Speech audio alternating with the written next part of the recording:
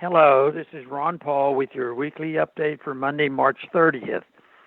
September 17th was a significant day in American economic history. On that day, the New York Federal Reserve began emergency cash infusions into the repurchasing market. This is the market banks use to make short-term loans to each other.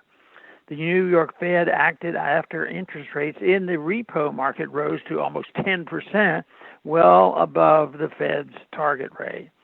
The New York Fed claimed its intervention was a temporary measure, but it has not stopped pumping money into the repo market since September.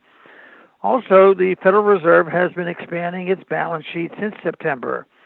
Investment advisor Michael Pento called the balance sheet expansion quantitative easing on steroids.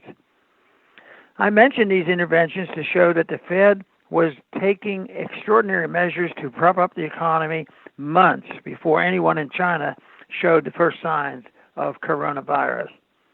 Now the Fed is using the historic stock market downturn and the hopefully temporary closure of the businesses in the coronavirus panic to dramatically increase its intervention in the economy.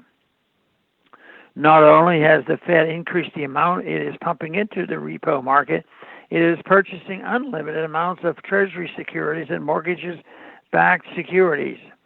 This was welcome news to Congress and the President as it came as they were working on setting up trillions of dollars in spending in coronavirus and economic stimulus bills.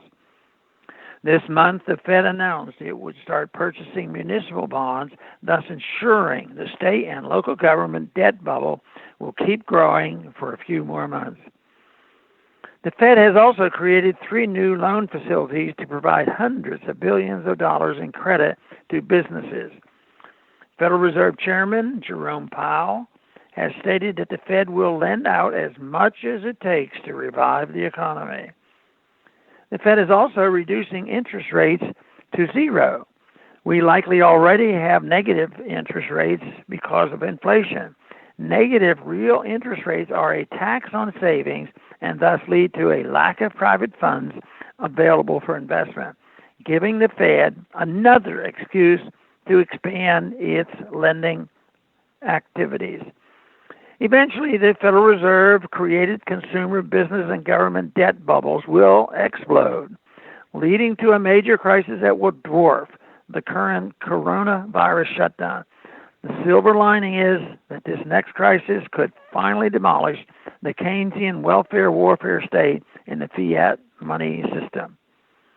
The Federal Reserve's unprecedented interventions in the marketplace make it more urgent than ever that Congress pass and the President Trump sign the Audit the Fed bill.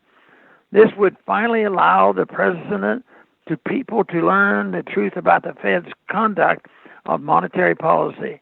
Audit the Fed is a step toward restoring health to our economic system by ending the fiat money pandemic that facilitates the welfare warfare state and the unstable debt-based economy. Thanks for listening.